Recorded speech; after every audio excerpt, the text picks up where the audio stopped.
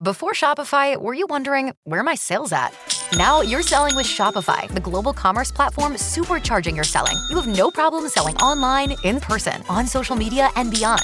Gary, easy on the cha-ching. Oh, sorry, but my Shopify sales are through the roof. Start selling with Shopify today and discover how millions of businesses around the world use Shopify to ignite their selling. Sign up for a $1 per month trial period at shopify.com/listen. Shopify.com/listen. Gosh, it was so many years ago now that I think back. My son Ian and I were walking along the beach in Costa Rica. Ian was about, I don't know, he's probably about 4 or 5 years old. And we're holding hands and we're skipping in the sand. And suddenly he looks up at me and he says, "Mommy, why do two women kiss?" Taken back, I look at him and I think, well, I kiss my mom and I kiss my sisters. Is that what you're talking about? And Ian, with these big blue eyes, looks up at me again and says, "Well, the kisses that I saw, they weren't quite like those kisses." And then, of course, I think to myself, oh my gosh, what was the time that I wasn't watching him? I mean, what was I doing? I said, so how are they kissing, Ian? He says, well, it's kind of a weird thing. I don't want to really get into it. And then I asked him where he saw it. And he said, on YouTube. I went, YouTube? Really? He said, yeah, I was watching some videos about Roblox, and all of a sudden in the middle of the video about how to build things on Roblox, I saw two women kissing. And of course, at that very moment, my heart sank because I thought, I just won the Bad Mommy of the Year award because I wasn't watching all the time. And once again, Ian looked at me and said, "So why do two women kiss like that?" Him being 5, me not being ready to actually address the situation, I looked at him and said, we'll talk about that later. How about right now we go boogie boarding? And of course, to a 5-year-old, that was all he needed to know. And the conversation was cast off to the side. Thankfully so. We later had to talk about it, but that was when he was a teenager. Like many parents, we think that we can just put our kids online and everything seems to be safe, right? I mean, you have these kids' videos, and shouldn't it all just be about whatever the kid is trying to watch? I don't know why. There's a lot of sickos. There are a lot of whack jobs in the world, but they get some cheap thrill, I guess, out of embedding weird stuff inside of kids' videos. And it's not just two women kissing. We're talking about, other things, up to and including steps on how to commit suicide. Yes, that's right. So when your kid is sitting there on YouTube, they might be watching a video about something kid-related, maybe a game, you have it. And then in the middle of this, a video pops out of nowhere. And what does YouTube say? They say there's really nothing they can do about it. But as a parent, you need to know about what's truly going on YouTube. So in this Komando On Demand podcast, we're going to expose some of the things that you probably don't know that's really going on YouTube. It's certainly something that the Google PR machine wants you to know nothing about. And we'll hear from one of the nation's top leading child psychologists. She actually specializes with kids with autism. So if you've got anybody in your family who's autistic, you definitely want to pay attention to this because there's a certain propensity for kids with autism and YouTube videos and how long they watch it and what exactly they're watching. And before we get to all of that, a special thank you goes out to one of our partners in this podcast, because without our partners in this podcast, well, I'll tell you, these Komando On Demand podcasts just wouldn't be possible. When you're hiring, you don't want to waste time sorting through dozens of irrelevant resumes. You want an efficient way to get to a short list of qualified candidates. You need Indeed.com. Post a job in minutes. Set up screener questions based on your job requirements. Then zero in on qualified candidates using an intuitive online dashboard. Discover why 3 million businesses use Indeed.com for hiring. Post a job today at Indeed.com/hire. Search for greatness. Search Indeed.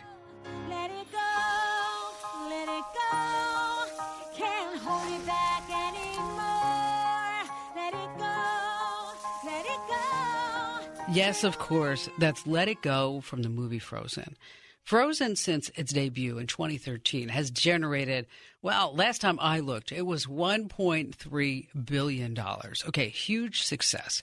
As a matter of fact, just a few days ago, I had to go to a 4-year-old's birthday party. I went over to Safeway to buy some balloons, and the woman looked at me and she said, "How old's the kid?" I said, 4. She said, "Oh, you have to get Elsa." And I'm like, "Elsa?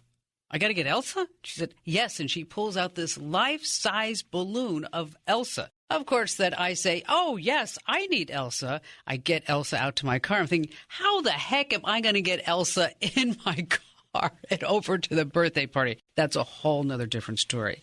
And on YouTube, Elsa's huge. Of course, Elsa from Frozen. Well, she has her own term. It's called Elsagate. And here to talk to us about Elsagate is Noelle Shunk. Now, Noelle is our director of content strategy at Komando.com. She's got a big title and a big job. So Noelle came in to me the other day and she said, "I've got to tell you about Elsagate." We were all just chatty-Cathy about Elsagate. And I said, "You know what, Noelle, rather than you telling me all about this, why don't you tell our listeners, the podcast, directly?" So joining us right now is Noelle.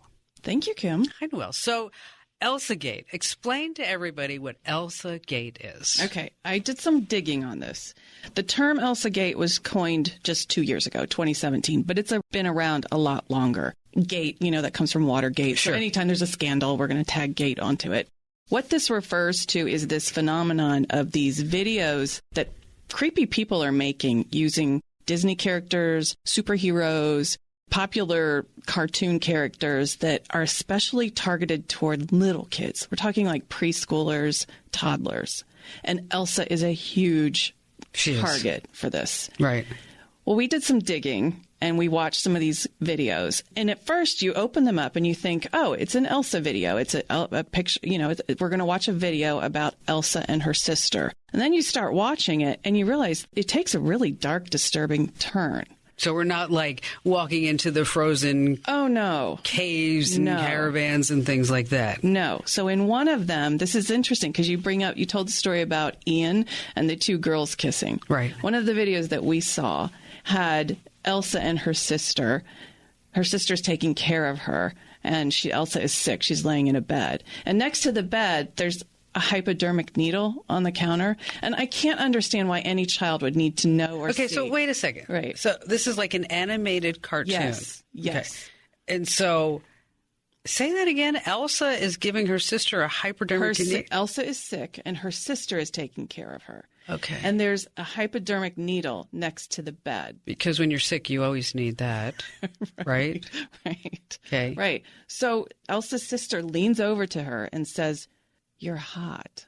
It's not in a way that your mom says that you see where this is going. I have 2 sisters. They're both beautiful. Have you ever told them gorgeous. They're hot? I've never said, well, I may have said like, "You look hot." Mm-hmm. Okay. Which is different than like, "You're hot." Right. Okay. So, All right. So we have 2 sisters saying you're hot. She tells her she's hot. She gives her an injection gives it in the glutes. And then she kisses her sister. Okay, is the kiss like it just... No. Okay. I guarantee you never kissed your sisters like this. And this is the kiss that probably... Ian saw. Something similar to what Ian saw. Right. Right. Okay. And Kim, I just watched this yesterday. So it's still up there. Okay, when you see a video like this on YouTube, mm-hmm. I mean, obviously you can report it. And I did, yeah. And how long has it been up there? Oh, that's a good question. I'm not sure how long it's been up there. Well, I have another video because you sent me a screenshot of this video. Right. And I know that this is a podcast. You can't see it, but I'm not really sure what it is, Noelle. I mean, I see a blonde woman. Looks like she has a beach ball. What's happening? She's having a baby on the beach. But what we're looking at is a cartoon. And it's a cartoon it is obviously geared toward toddlers. They're little kids, and with big heads and little arms and things like and that. It looks it's very brightly colored. There's lots of happy things, very simple lines, very simple colors. So it's clearly geared toward children, young children. And so there's there's a girl who's laying on the beach, and she's obviously pregnant, and looks like she's giving birth because her belly is red, and it's just I don't know why young children would need to see that. I'm not seeing this. I mean, as something that a toddler should actually look at. Yeah. And the one next to it with the beautiful blonde princess and the heart-shaped eyes and, of course, the little tiny waist.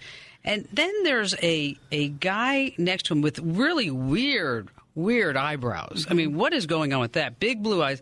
And then he has it looks like a Fabio shirt on, open up. Mm-hmm.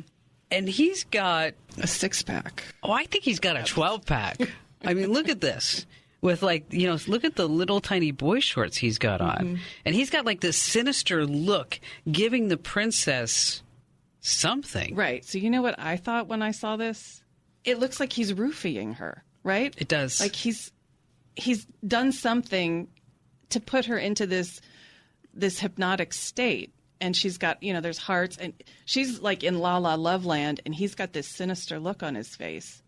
What message does that send? Well, what's interesting about these videos, and I have to tell you, of course, at youtube.com/Kim Komando, it's our official channel. Now, I will tell everybody under full disclosure that the Kim Komando Show YouTube channel has never really been a priority for us, right? I mean, we recently hired somebody. You're going to start seeing a whole new focus on it. But, if we put up a little clip of the show, I mean, we have videos there that have 800,000-900,000 views. But if we just put a video up there and nobody really notices and nobody promotes it, and it's got a bad title and things like that, it may only get 500 views in 3 days. Okay. Even though we have 50,000 subscribers. Well, this video of the princess giving birth on the beach to the shocked guy next to him and some weirdo who has something going on, called Excrelia Girl Princess Sparkle and Friend, in 3 days got 21,000 views. Mm-hmm. Okay, that's a lot of views in 3 days. Okay, Super Kids Family, that's the one with the guy with the 12-pack and the 2 dogs and the princess with the heart. 3,000 views in 4 days. So what does YouTube say about this? Well, they have a video that they've released where they're telling parents that they're not allowing content creators to monetize these types of videos. They're deleting certain channels and videos, and then they just recently disabled comments in children's videos. Which they should do anyway, because the only person that comments on a YouTube video is just a troll or a jerk. Right. I mean, that's just the bottom line. But you use a keyword, and that's monetize. Mm-hmm. Okay, so can the videos still be up there without making money? That's a good question. Because if they use the word monetize, okay, so the way that videos get monetized on YouTube, which if you aren't familiar, is that you put a video up. If you get at least 10,000 views, so this video of the girl giving birth qualifies to be monetized because it has 21,000 views, is that YouTube will put ads in the beginning and at the end and at the bottom and wherever else they can figure out how to make money. So YouTube is saying now if it's videos that shouldn't be there, that they can't monetize, which doesn't mean that all the videos will go away. Right. Okay. And YouTube has always taken the stance that they depend upon algorithms in order to control the content on YouTube.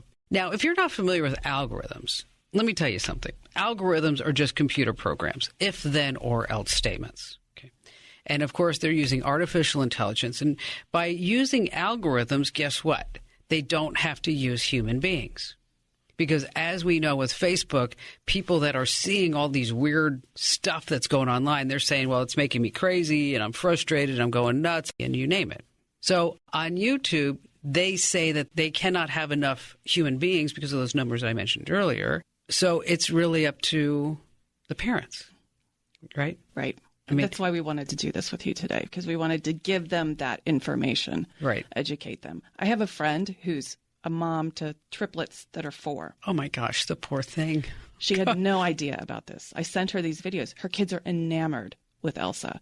I sent her these links. I said, did you know about this? And she said, oh, my God, no, thank you. And she forwarded it to her, little mommy network. Yeah, because unless somebody tells you, you don't really know. I mean, I had no idea that, at 5 years old, I ended up having a conversation with him in Costa Rica on a 5-year-old level that, some people like men and some people like women, and it's okay. Whatever you want to do is fine. Okay. That's not a big deal. We don't need to make a big deal out of it. But at that point, that's when I started using the word with Ian, uncomfortable. So if you start seeing something online that makes you uncomfortable, just come talk to me about it. And boy, over the years, I've seen a lot of things. I've heard a lot of things. Anything from, what's going on in Minecraft and Roblox and Fortnite and Xbox and people that are going online. As a matter of fact, he called me on his Xbox once and put the headset on because he's like, does this guy sound like he's 10? And it's like, hi. It was like a man trying to pretend to have a preteen pitched voice. And you really have to be all over this stuff. So the parents that think that they can just have a plug-in babysitter, that's just not happening. Mm-mm. Because you never know what's going to turn around. You never know what's going to be the next thing that's happening. So what else did you learn about Elsagate? So there were some tips that came. I don't know if we want to do those now or at the end. But one of the things that YouTube says is they encourage parents to set up a family account. But here's the thing. This is what really bugs me about it, is they say that way you can monitor what they watch, share, and comment on. So they are putting it on the parents to do. Of course. Right? And then they say you can turn on safety mode, which is a filter that limits some content. They say that. It'll filter some adult content. It's not perfect, and you have to be logged in. So there's no way to make sure that they're not logging out. And kids are super smart. You know that. Right. They're going to find ways around Did you see that video of Andrew Babinski's little girl, Eloise? Yeah. Okay. I don't know if that's great or disturbing to me. And Andrew and I have talked about it because Andrew's daughter is, I guess what, she's 13 months. She can pick up Andrew's phone. Log into YouTube, pick a video, make it go fast or slow, go to the next video. And the problem, as I explained to Andrew, is that once the kids see these things, they can't unsee it. Right. Did they give any other tips? Because so far, I think their tips are really lame. It is. So they have one more lame tip, and that's to subscribe to channels. And then that way they get notified when they get updates. And there is a YouTube Kids app if you're using a smart device that works on that. But if you're watching it through the television, the app doesn't work there. So, or the computer or tablet or on the computer, or whatever it may be. So you still have to monitor. And there's ways around that. So it really is up to. So my friend, the mother of triplets, she maintains control of the remote. She doesn't give that to her kids. So she's on the job. Well, she can't, because if she gives it to one kid, then that's a whole other issue for another day. It's just like, I want it. Mommy loves you more. Okay. Well, thank you, Noelle, for joining us. Thank you. And thanks for bringing us up to date on Elsagate. And then anytime you come across anything like this, we need to keep parents informed because, as I like to say, knowledge is power. So, folks, if you have young kids in your family, make sure that you share out this podcast because everybody needs to know exactly what's going on with YouTube. And when it comes down to it, it's still the parents' responsibility. And speaking of parents, coming up next, Dr. Christine Davidson. Now, let me tell you, she is an amazing person. Her credentials go on and on. She has degrees in education management, counseling, elementary ed. She's got a resume a mile long with professional training, experience, publication, and honors. And we're talking about why kids are drawn to certain YouTube videos. And if you have any children in your family with autism, you definitely don't want to miss what's coming up. So stay right where you are. But first, a quick thank you to some of our sponsors in this podcast because they make this Komando On Demand possible. Robinhood is an investing app that lets you buy and sell stocks, ETFs, options, and cryptos, all commission-free. Plus, there's no account minimum deposit needed to get started, so you can start investing at any level. The simple, intuitive design of Robinhood makes investing easy for newcomers and experts alike. View easy-to-understand charts and market data and place a trade in just 4 taps on your smartphone. With Robinhood, you can learn how to invest in the market as you build your portfolio, discover new stocks, track your favorite companies, and get custom notifications for price movements so you never miss an opportunity to invest. Robinhood is giving listeners of Komando On Demand a free stock like Apple, Ford, or Sprint to help you build your portfolio. Sign up at invest.robinhood.com, invest.robinhood.com.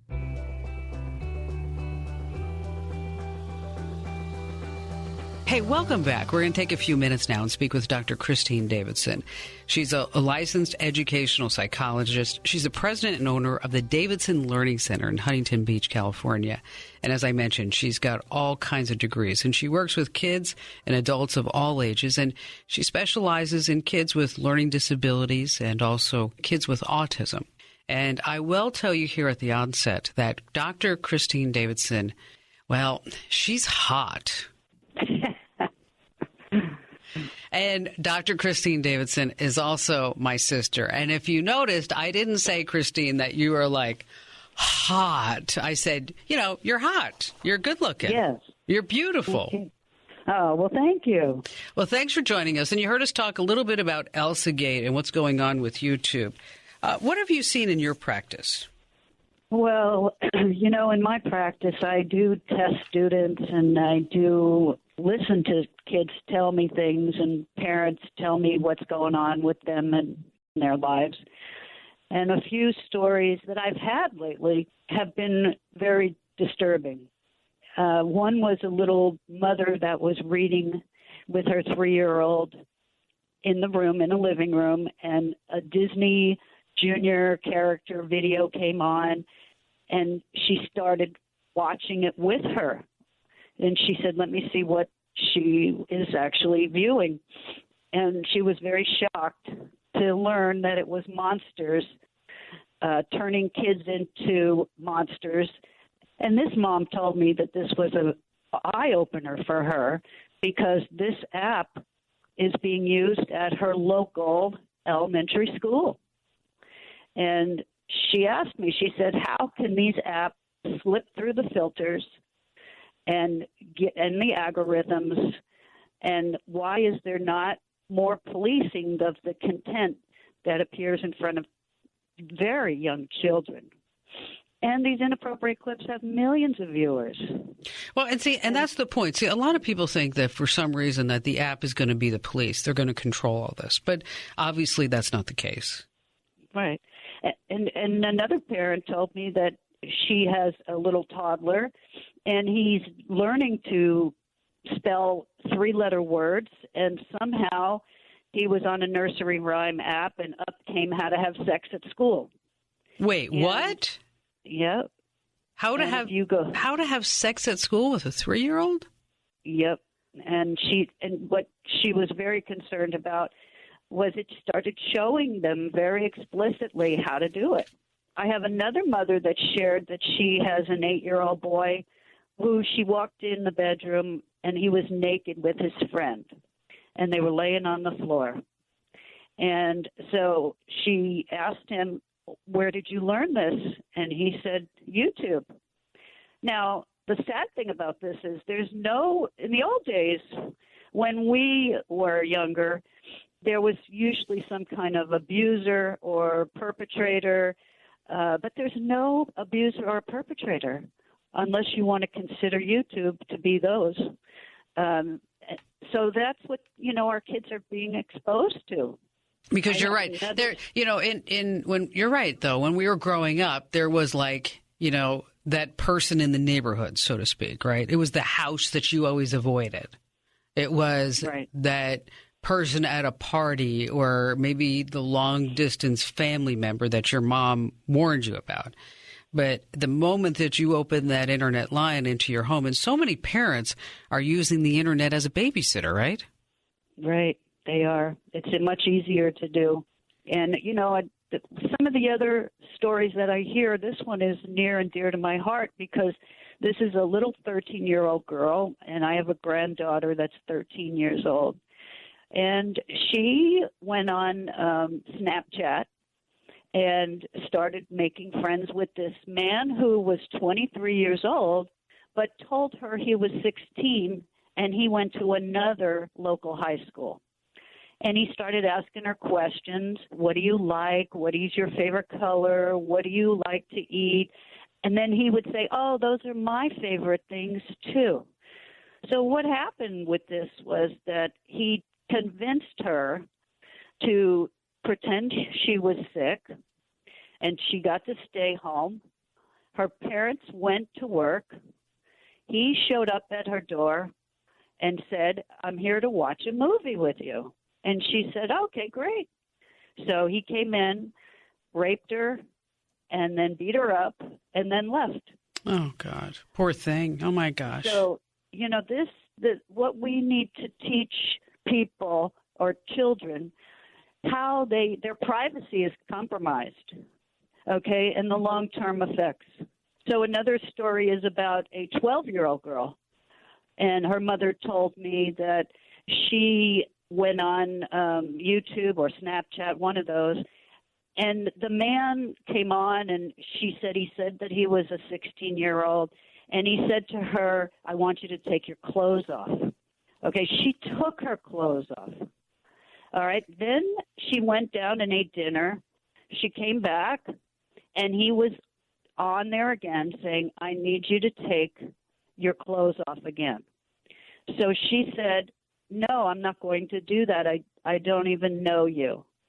And he said, well, I have your video of you taking your clothes off and you're nude, and if you don't do it again, I'm going to expose you to millions of people. So she started crying, and she said, why are you doing this to me? And he said, you are mine now. And that's the story. She didn't know that her privacy would be compromised. And so we have to teach our children about that. And I have those conversations with my 13-year-old granddaughter all the time. And I tell her about this and about how she can avoid and never give out personal information. But you know as well as I do. I mean, a 13-year-old, we think we know everything at that age, right? Right. I mean, and it's not until we get into our 20s. Well, I think I was like 23 when I actually called mom and dad and I said, oh my gosh, you guys are so smart. I remember that too. I am so sorry. I was such a pain in the neck. I really. Yep. It's usually about 21. I was a little slow on the uptake. Sorry about that. Well, we're going to take a quick break, Christine. You're going to stay with us, right? And when we come back, we're going to talk more about kids and what we can do as parents and adults. And what I'd really like to zero in on are some signs that parents and grandparents can be looking for, that there are issues, because a lot of kids don't like to talk about what's going on online. It's their iPhone. It's their account. It's all theirs. First, a quick message from some of our sponsors who help make these podcasts possible. It's 2019, and technology has grown leaps and bounds since 1999. So why are you still using that old, outdated software? Find software that fits your business's needs using Capterra.com. I get asked all the time for different recommendations, and I refer people to Capterra.com. With over 700,000 reviews of products from real software users, discover everything you need to make an informed decision. Search more than 700 specific categories of software. Everything from project management to email marketing to yoga studio management software. No matter your business needs, Capterra makes it easy to discover the right solution fast. Join the millions of people who use Capterra each month to find the right tools for their business. Visit Capterra.com/Kim today to find the right tools to make 2019 the year for your business. Once again, that address is Capterra.com/Kim. Let me spell it for you. Capterra.com/Kim.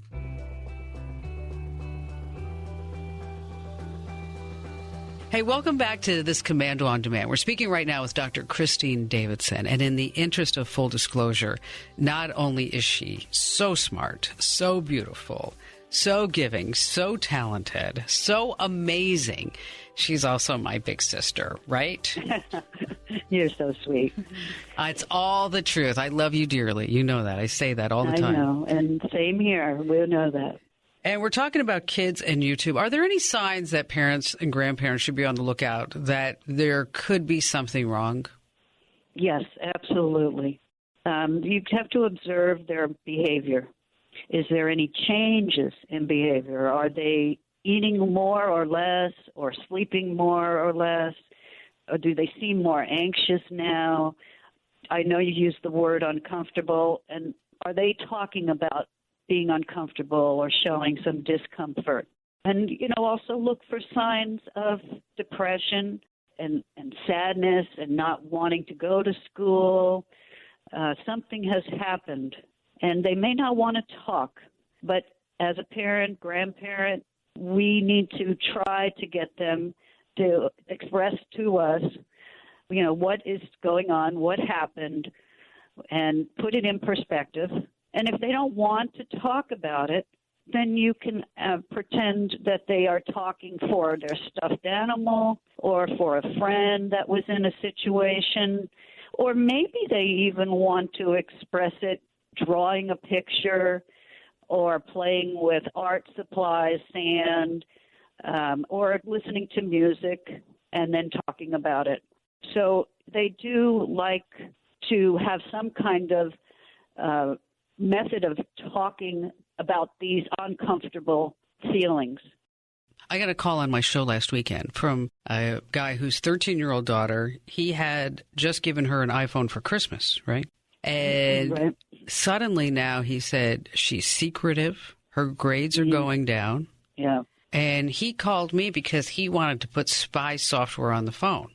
And in my best, I was trying to explain to him that spy software is no substitute for you getting in her face saying, what the heck is going on? Talk to me about it. The iPhone is not a rite of passage. It's a privilege. Right. But he was afraid that he was not going to be her friend. I really think that was the bottom line. Well, we shouldn't be friends anyway. We should be parents and grandparents. One way that you can actually start stirring up discussions is if you as a family do some kind of contract where you talk about what are the rules, the virtual rules, and what do you do, and what information do you give out, and what parent controls are going to be on the app, and is this going to be a private and unlisted setting, and how do we know when somebody might be trying to steal our identity or put our pictures up on that we do not want pictures of. Now, that's what I see mostly, that kids, maybe 13-year-olds, they don't understand. They don't understand that they are giving the long-term effects of the privacy that they're giving away. I think you would agree that our father was like one of the smartest men ever. Oh, absolutely. I mean, he was amazing. He really was. He was. And what a great father. Stern, right? Strong? Right. Okay. Right. You always knew where he stood. Okay. Absolutely. Okay. There was no question. And sometimes I sit back and I say WWDD within my life. And it's like, okay, what would Dick do? Okay, because if I'm trying to make a decision, it's like WWDD. What would Dick do? What would Dad do? And when I was growing up, and I think I know he did this with you too, is that at that time there was the newspaper, right? And he would clip out stories from the newspaper and he would put it in my lunchbox. Right. From the time that I could read, 8 years old. And I would be reading about kids that were driving without seatbelts and they got killed. Kids that got on the wrong bus and they ended up in the wrong city. They meant to go to New York, but they ended up in Fort Lauderdale for some reason, and they didn't realize it until 3 days later, like what was going on with that. If it had anything to do with a kid, it was cut out and put into my lunchbox. And invariably, as I got older, I'd roll my eyes and look at him and go, oh, God, I know that. You know, one of those things. So when Ian started growing up this became a big deal, is that I started taking then online articles and emailing them to him. And even to this day, if there's a car accident involving right now teenagers that are driving too fast, too reckless, too furious, I will send him that article. And invariably, I get a text back that says, thanks, but you don't have to worry about it. But it's the whole idea that you can plant those seeds. And he'll think about it the next time, hopefully. And every time we have an article in the newspaper, I read that to my granddaughter. Now, I read her one last night. She rolled her eyes. But you know what? She got the message. And the message was, somebody wants to be your friend online, and you're going to end up somewhere raped, killed, and thrown on the road somewhere. So you have to watch and be very careful. Because once you put that line to the internet at their disposal and within reach, anybody can come into the home. And that's the bottom line. Now, talk a little bit about YouTube videos and kids with autism, if you will. Well, when I find kids that have autism, they have no filters. Usually, they don't understand. They're very black and white. Their comprehension is poor. They trust adults. So we have to teach them about stranger danger, not even going in a car with somebody, but imagine when you're online.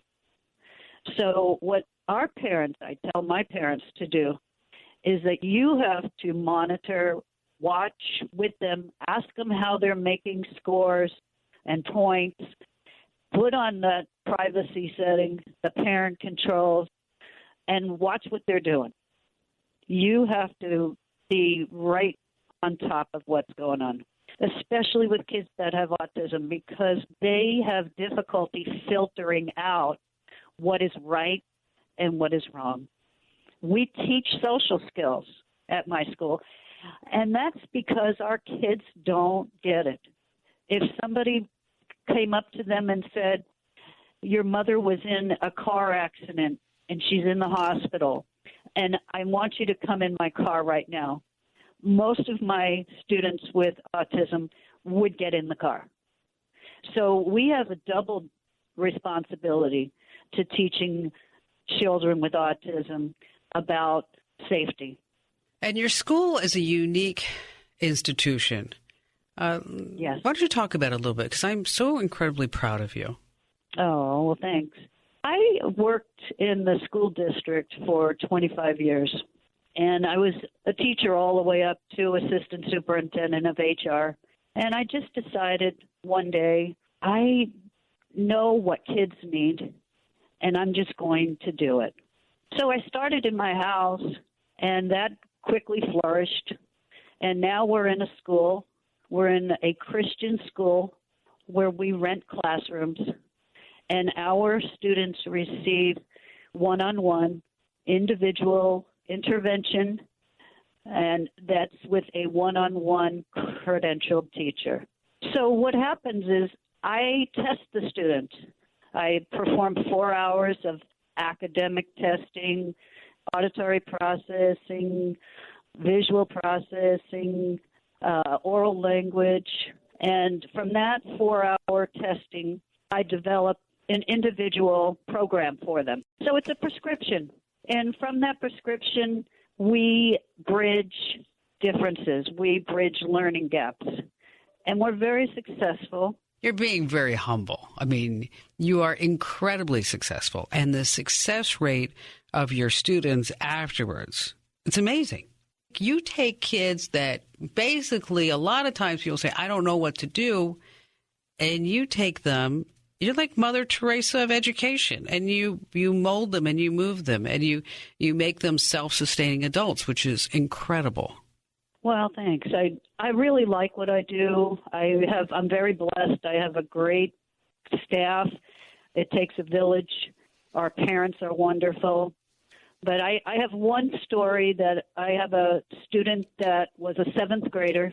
When I got her, she was reading at the 1st grade level. After 1 year of being part-time at my school, her mother pulled her out of her public school, put her at my school part-time. She was tested by the school district at the end of 1 year, and she was reading at the 5th grade level. Wow. So, we used Lindemood Bell. We used auditory processing programs. We used the Common Core state standards. But really, we just taught her how to read.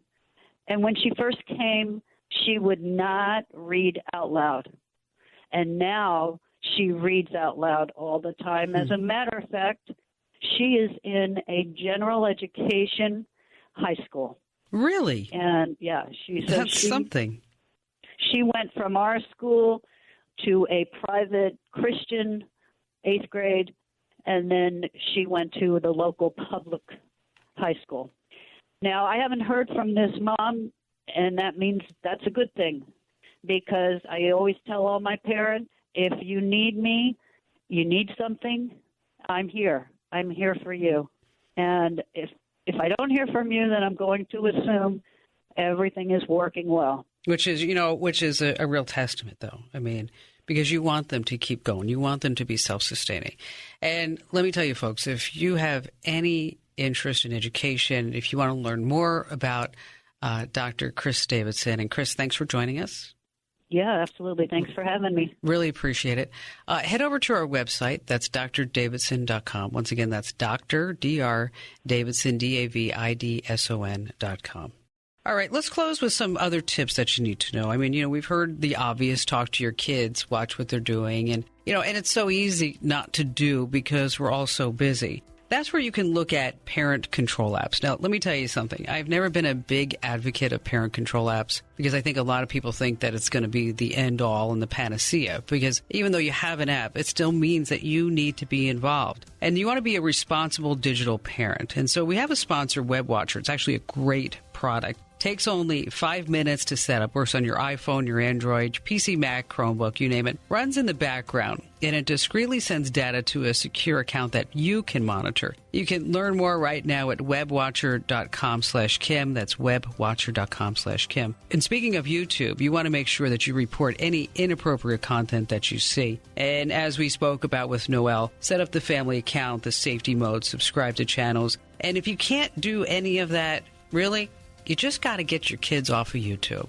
Thanks for joining us. And don't forget, as a digital citizen, it's your responsibility to also help us educate the masses. So make sure that you share this podcast in all your social media accounts. I'm America's Digital Pro, Kim Komando. Hey, stay up to date with all the Komando articles and podcasts with the Komando app. It's free, and you get notifications for podcasts like this one and the very latest articles on everything digital and those security alerts. And if you like this podcast, do me a favor. Don't forget to subscribe.